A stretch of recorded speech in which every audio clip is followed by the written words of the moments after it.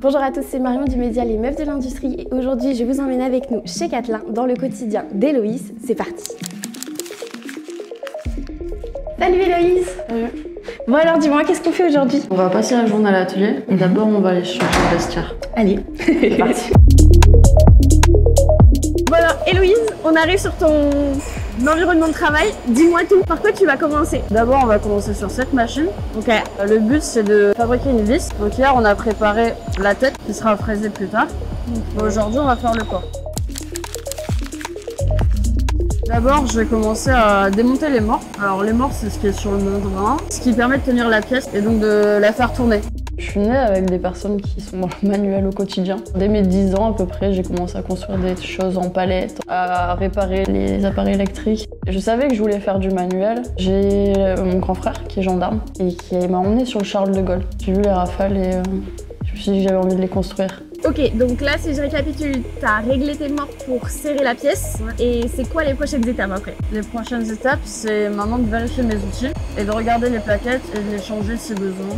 Les pièces que tu fais, tu sais dans quoi elles vont être utilisées par la suite? On connaît le secteur, si c'est du nucléaire, si c'est du naval, si c'est de l'aéro, si c'est du standard, on n'en sait pas plus.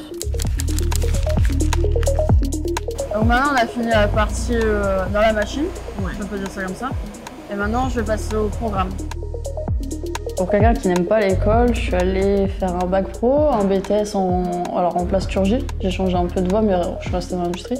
J'ai retrouvé goût aux études parce que je comprenais pourquoi j'étais là, pourquoi je travaillais, pourquoi j'apprenais. Ok Louise, là on a fini la deuxième production. C'est quoi la prochaine étape? Maintenant, je vais t'emmener au laboratoire pour contrôler la dernière pièce de la production et la valider.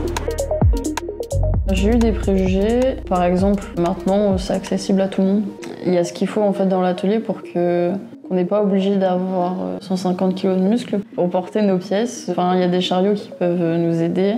Dans l'atelier, donc j'ai vu que tu travaillais en binôme avec Tinaël. C'est un de mes référents, c'est un soutien. Dès que j'ai besoin de vérifier un programme, il est là. Si j'ai besoin d'être rassurée, il va être là. Donc c'est un vrai soutien et il tient bien son rôle de référent. Dans certaines productions, les clients demandent à ce qu'on vérifie selon différents tests nos pièces. Donc c'est ici que tout se passe. Hop, et là du coup on peut voir ici qu'il est directement à 5. Ok, donc là c'est bon, Héloïse a bien bossé. C'est ça. Qu'est-ce que ça te procure comme sentiment quand t'as fini, tu sais que ta pièce tu l'as vérifiée? Il y a une fierté, ça flatte un peu l'ego. Des fois ça fait du bien. Et quand on réussit un programme, même quand on adapte nos outils, des fois on peut avoir fait un bon programme mais pas réussir à sortir la pièce. Mais quand on arrive à résoudre ce problème, c'est une victoire. Est-ce qu'il y a un message que tu pourrais lui faire passer à la Héloïse d'il y a 8 ans? Qu'elle fasse ce qu'elle a envie, parce que c'est ce que j'ai fait et je suis très contente d'où je finis en fait. C'est la fin de cette journée, merci de nous avoir suivis, merci à Catelin et l'UMM de nous avoir permis de découvrir l'industrie et à Héloïse bien sûr qui m'a fait découvrir son métier. À bientôt!